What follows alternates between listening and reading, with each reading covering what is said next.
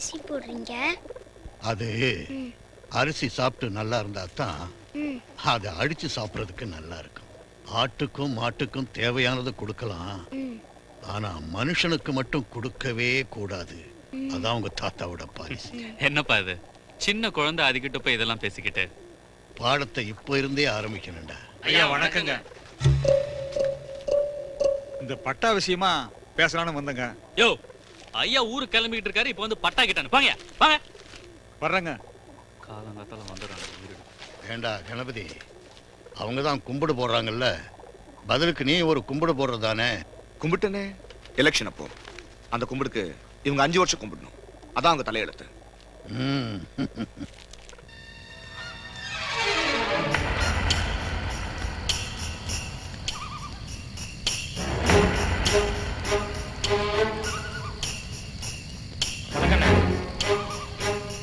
ஒரு ஏழைக்கு நியாயம் கிடைக்கிறதுக்காக ஒரு முதலாளியோட கையே வெட்டினீங்க.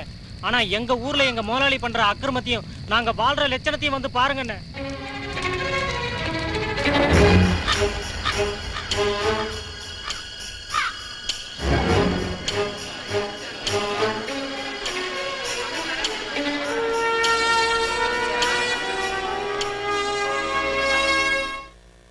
ஐயா ஐயா,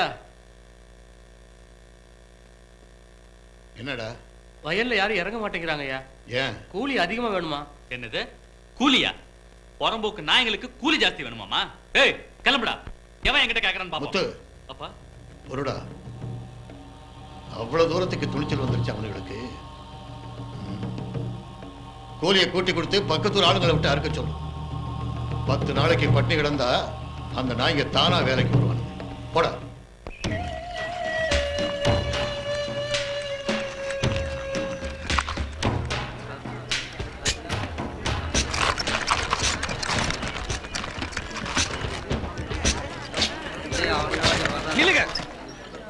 வேர்வை சிந்தனை இந்த மண்ணுல ரத்தம் சிந்தனும் யாராவது ஆசைப்பட்டீங்கன்னா இறங்கி அறுக்க போங்க. தம்பி என்ன சொல்றீங்க? அறுவடைக்கு ஆள் பத்தலன்னு 5 ரூபாய் கூலி ஜாஸ்தியா கொடுத்தாரு நாயுடு, அதனால வந்திருக்கோம். பயிர் காயறத பார்த்துட்டு எங்களால எப்படி தம்பி சும்மா இருக்க முடியும்? நீங்க பயிர் காயுதேன்னு பதட்டப்படுறதுக்கு முன்னாடி இங்க எத்தனை பேரோட வயிறு காயுது அதை பத்தி கொஞ்சம் யோசிச்சு பாருங்க. இவங்க யாரு? உங்கள மாதிரி உழைக்கிற வர்க்கம். ஒருவேளை சோத்துக்காக பாதியா தேஞ்சு போன பட்டினி கூட்டம். இந்த ஊர்ல ஆள் பத்தலைங்கிறது பிரச்சனை இல்ல, கூலி பத்தலைங்கிறதான் பிரச்சனையே. வாழ்நாள் பூரா கால் வைத்து கூடு கூட வக்கில்லாம குனிஞ்சுக்கிட்டே இருந்த கூட்டம் நியாயமான கூலி வேணும்னு முததரையா நிமிந்து கேட்டிருக்காங்க. இவங்க உணர்ச்சியை மதிக்காம நீங்க அறுக்க போறது பயிரே இல்ல, இவங்க வாழ்க்கைய. பணக்காரன் தான் ஏழைங்க வயிற்றுல அடிப்பான், ஆனா ஏழையே ஏழை வயிற்றுல அடிக்கூடாது. தம்பி நாங்க வயிற்றுக்காக தான் உழைக்கிறோமே தவிர அடுத்தவங்க வயிற்றுல அடிக்கிறவங்க இல்ல. நான் வரேன் தம்பி. டேய் முனியா, கருப்பா, வண்டி திருப்புங்கடா, திருப்புங்கடா வண்டியை சீக்கிரமா. இனிமே இந்த நாயுடு என்ன பண்றான்னு பாப்போம்.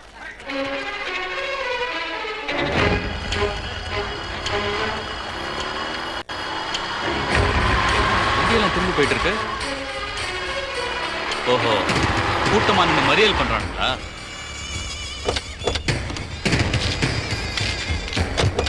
கூலிக்காரன் நாயுடு.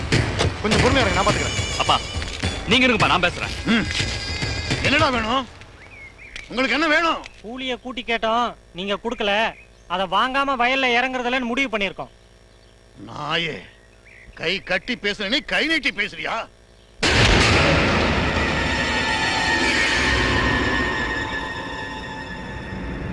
என்னடா நான் இங்க குறைக்கிறேன்னு பார்த்தேன், காரணம் நீதானா?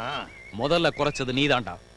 இவங்க கூலிய குறைச்ச, அதனாலதான் இவங்கள மாதிரி நன்றி உள்ளவங்களும் குறைக்க ஆரம்பிச்சிட்டாங்க. போலீஸ கண்டா பொம்பளை மாதிரி ஓடி ஒளிகிறவன் பொழுது போகாம பேச வந்திருக்கான்டா. கோபாலகிருஷ்ணா, நான் தீக்கணும்னு முடிவு பண்ணியிருந்தா நீயோ போலீஸோ எனக்கு மயிருக்கு சமண்டா.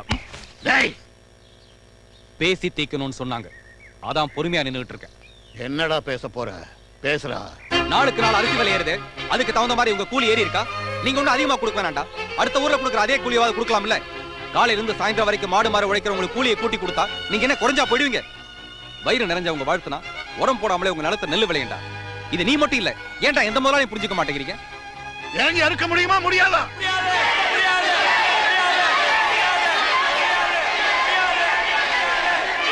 நீங்க அறுக்கல என்ன விளைஞ்ச பயிர் மட்டும்தான் வீணா போகும். போட்டும், ஆனா கூலியை கூட்டி கொடுக்க மாட்டேன். ஏய், கூட்டமா சேர்ந்து எங்களை வயிறேறி வச்சிட்டீங்களா? இத்தனை வருஷமா ஏழைங்க வயிறு எரியுதே, அதுக்கு என்னடா செய்ய போற? செய்யறேன்டா. என்ன செய்யணுமோ அதை செய்யணும். வணக்கம் எஸ்பி சார். எப்ப சார் ஊர்ல இருந்து வந்தீங்க? அது வந்து சார் என்ன தள்ளி விட்டுட்டு உள்ள வந்துட்டான் சார்.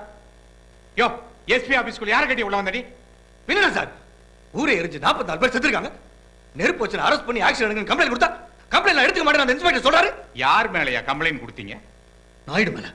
நீங்க நாயுடு மேல கம்ப்ளைண்ட் கொடுத்தா அவன் எப்படி அரெஸ்ட் பண்ணுவான்? எரிச்சது நாயுடு தான். இத்தனை பேர் கையெழுத்து போட்டு கொடுத்துருக்காங்க. ஏன் சார் அரெஸ்ட் பண்ண மாட்டீங்க? நீங்க இத்தனை பேர் கையெழுத்து போட்டு கொடுத்தா நான் அரெஸ்ட் பண்ணுமா? இன்னைக்கு நாயுடு மேல கொடுப்பீங்க, நாளைக்கு சீஃப் மினிஸ்டர் மேல கொடுப்பீங்க, நாளைக்கு பிரைம் மினிஸ்டர் மேல கொடுப்பீங்க. நீங்க நாய்க்கு கோட்டக்கார கையெழுத்து போட்டு கொடுத்தா நாங்க எல்லாத்தையும் அரெஸ்ட் பண்ணணுமா? நாங்க போட்ட கையெழுத்து நாய் கூட மதிக்க மாட்டேங்குது. கையெழுத்து போட்டு கொடுத்துட்டாராம். என்ன கையெழுத்து? பைத்தியக்காரத்தனமா பேசாதீயா. ஆமா சார், பாதிக்கப்பட்டவங்க பேசா உங்களுக்கு பைத்தியக்காரன் மட்டும் தான் தெரியும். நீங்க பேசல சார், உங்க பதவி பேசுது, உங்க அரசாங்க திமிர் பேசுது. தவார், இங்க பேசி பிரயோஜனம் இல்ல. எரிஞ்சது எரிஞ்சுதான், செத்தது செத்ததான். பாத்தீங்களா தம்பி, போலீஸ்காரங்க திமிர. போலீஸ் டிபார்ட்மெண்ட் பத்தி பொதுமக்கள் தப்பா பேசுறாங்களேன்னு வேதனை போட்டிருக்காங்க. ஆனா இப்பதான் தெரியுது அது நியாயம்.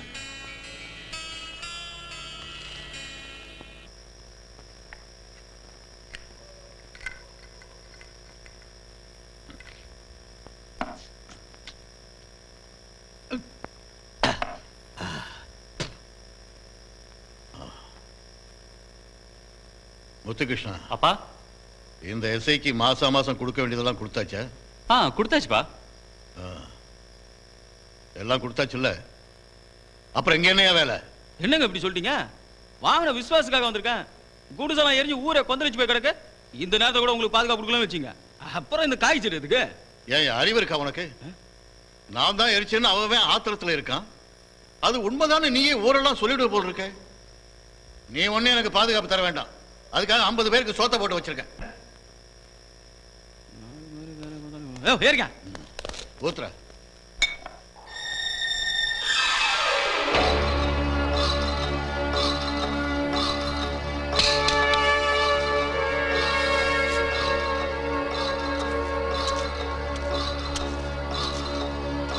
போலீஸ் நம்மள மாதிரி ஏழைங்களுக்கு இல்ல, நியாயமா நடக்கிறவங்களுக்கு இல்ல. பணக்காரனுக்கும் பதவியில இருக்கிறவனுக்கும் கோபாலகிருஷ்ணன் மாதிரி கொலகாரனுக்கும் தான்டா. தமிழ் வேணா மேலோட்டமா பார்த்தா எதுவும் தப்பு இருக்குதான் செய்யும். எல்லாமே நம்ம அணுகிற முறையில தான் இருக்கு. நியாயமா பேசினா எதுவும் நடக்கும். நீ போலீஸ் ஸ்டேஷன்ல நியாயமா பேசுன, அது நடந்துச்சா? எஸ்பி ஆபீஸ்ல கூட நியாயமா தான்டா பேசுன, அதுவாது நடந்துச்சா? எந்த விஷயத்துல ஒரு தடவை தோத்தா உணர்ச்சி வசப்படக்கூடாது. மறுபடியும் முயற்சி பண்ணணும். பண்ணுடா, கடைசி வரைக்கும் முயற்சி பண்ணு. ஆனா உன் போராட்டம் ஜெயிக்கும் போது இங்க யாருமே உயிரோட இருக்க மாட்டோம். ஏன்னா இது பட்னி கூட்டம்டா. எனக்கு தெரியும். ₹1 கூலி குறைச்சு கொடுத்தா அவங்கள்ட்ட விலை கிடையாது. ₹5 குறைச்சு கொடுத்தா அவங்கள்ட்ட அடுப்பறியாது. அதுக்காக நீ போராடிய என்னாச்சு? உரிமைக்காக போராடும் போது உயிரை பத்தி கவலைப்படக்கூடாது. அமைதியா போராடுறதுல கிடைக்கிற வெற்றி தான் நிரந்தரமா இருக்கும். காலேஜ்ல நீங்க எவ்வளவு வேணாலும் அமைதியா போராடலாம். ஏன்னா உங்களுக்கு 3 வேளை சோறு இருக்கு. ஆனா இங்க அப்படி இல்ல. நாங்க போராடுறதே ஒரே ஒரு வேளை சோத்துக்கு தான். அநியாயத்தை அழிக்கணும்னா அநியாயம் பண்றவனை அழிக்கணும். தப்பு பண்ணா நாம வெட்டப்படுவோங்கிற மரண பயம் ஒவ்வொருத்தனுக்கும் வரணும். அந்த பயம் மத்தவங்களுக்கு வரணும்னா கோபாலகிருஷ்ண வெட்டணும். தமிழ்வான அவசரப்பட்டு எதுவும் செஞ்சிடாத. மறுபடியும் பேசி பார்க்கலாம். பேசி பார்க்கறதுக்கு எனக்கு நேரம் இல்லை. இனிமே தீக்கிறதா. அரவிந்தா வாடா. நீ போ. வீட்டுக்கு வராம என்னடா பண்ணிட்டு இருக்க?